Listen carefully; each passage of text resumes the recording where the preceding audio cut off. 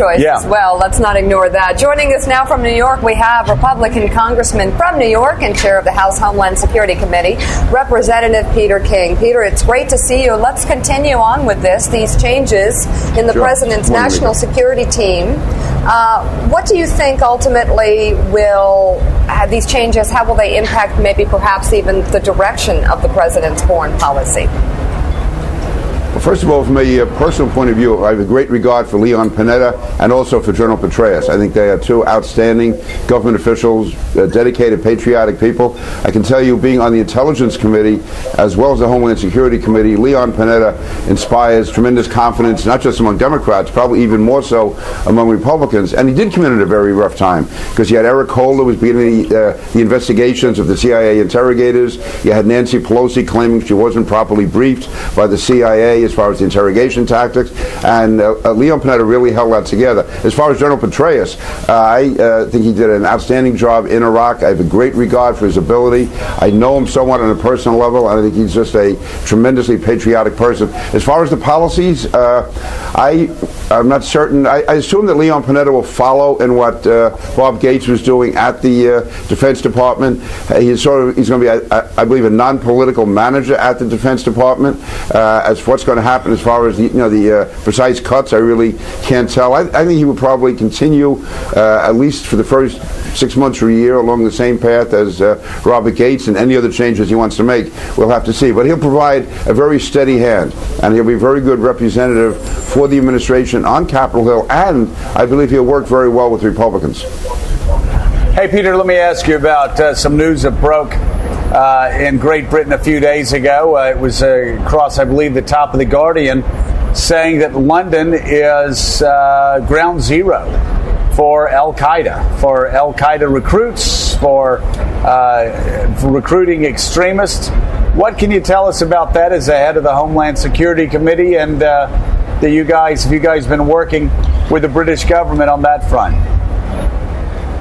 Yeah, well, London has become a real source of dangerous operations.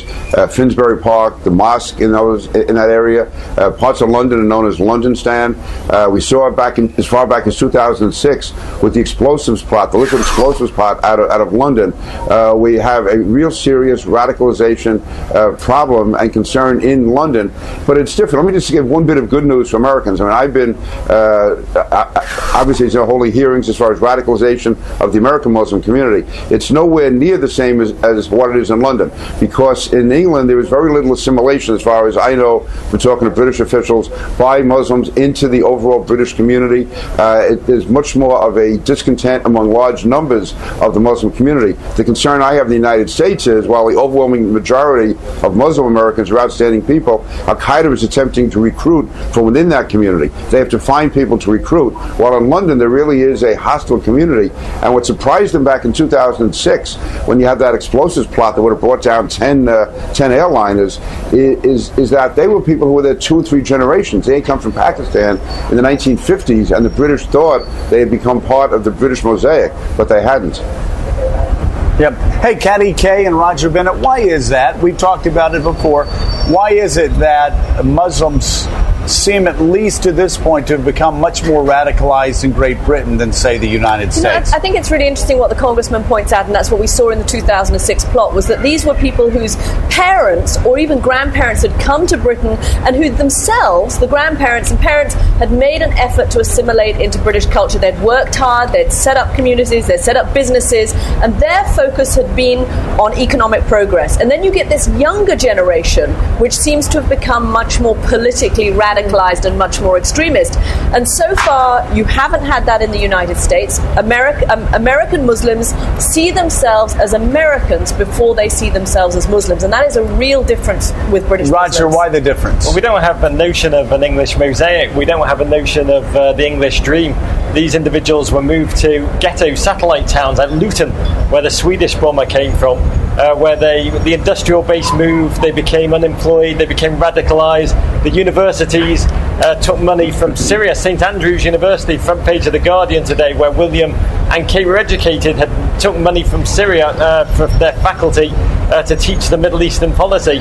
And the combination of unfettered university teaching, these hotbeds, Luton, Bolton, Blackburn, where they literally are ghettos, and also Guantanamo, individuals coming from there and allowed to have asylum in England. It's really created a deeply explosive societal problem. So tell me, Congressman, how do we in America continue to encourage Muslims that immigrate to our country to be Americans first? It seems like thus far we've done a pretty good job of it. But you look at the Ground Zero protests earlier this year, you look at some of the anti-immigration rantings from some people, it seems like that's a challenge. Well, Joe, also there's responsibility on the Muslim American community, and I've been critical. I've said that not enough of their leaders have come forward and stepped forward. The average Muslim is a hardworking American, but there's been too many people in the Muslim community, in the leadership. For instance, CAIR, the Council on American Islamic Relations, they were unindicted co-conspirators in a major terrorist funding case, and yet they are probably the main spokesman for the Muslim community in the country today. And as far as the Ground Zero mosque, Joe, I was opposed to that because of the location. I don't consider that to be a racist or bigoted view. As far as immigration, I am totally pro-immigration. I have Muslims living in my district. I've spent much time in mosques and temples and churches, and I am, as a grandson of immigrants who grew up in an immigrant neighborhood, believe me, I am a strong supporter of immigration. But I think we have to make the distinction and realize that there are people in the Muslim community, it's a small number, who are not cooperating and who are not giving us the type of support we need. And that's what I was trying to do with the hearings. I was attacked for it, but I'm going to continue to do it. So we are a different situation from the British. I do believe that as ethnic groups go, there are still some Muslims in our country who are not as willing to assimilate maybe as prior groups, but again, each group has their own method of moving into the mainstream. But rank and file Muslims are, again, outstanding Americans.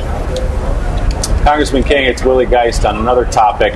Forget the issue itself, because we all agree it's a non-issue, but were you surprised by the spectacle we saw yesterday with the President of the United States coming out at a quick news conference, releasing his long-form birth certificate? I guess just politically, were you surprised that he did that? Yeah, politically, I'm surprised it took him so long to do it. I thought it was a phony issue from day one. In fact, this is the first time I've ever even mentioned the word Obama birth certificate. So to me, it's a total non-issue. Why it took the president so long to release the birth certificate, I don't know what was behind his thinking on that. And I would hope now the issue is gone, off to the gone forever. But yeah, it was surprising that Donald Trump was flying around the country, and yet the president of the United States responding to him on the way to do the Oprah show. It was really almost surreal to watch the whole thing. Surreal. The way you put it right there, Peter, it is surreal. He releases it on his way to doing Oprah. My wife, Oprah. All right, thank you very much, Congressman Peter King. Joe, we miss you here, Joe, Peter. are you making fun of my New York accent, Joe? Yes, he is. No, absolutely because he's developed not. a British one now that he's here. And by the way, I can say for a fact, I know Peter King very well, and the only religion that Peter discriminates against, Southern Baptists. He said some very hateful things about me when I first went into Congress. Said that people like Scarborough come out of tent revivals barefoot. Yes, he still hasn't gotten over it. Those were the days, Peter. Thank you, Congressman. You've come a long way, King. Joe. Good to see you. Bye now. Thank you. Bye now. Yes, you have.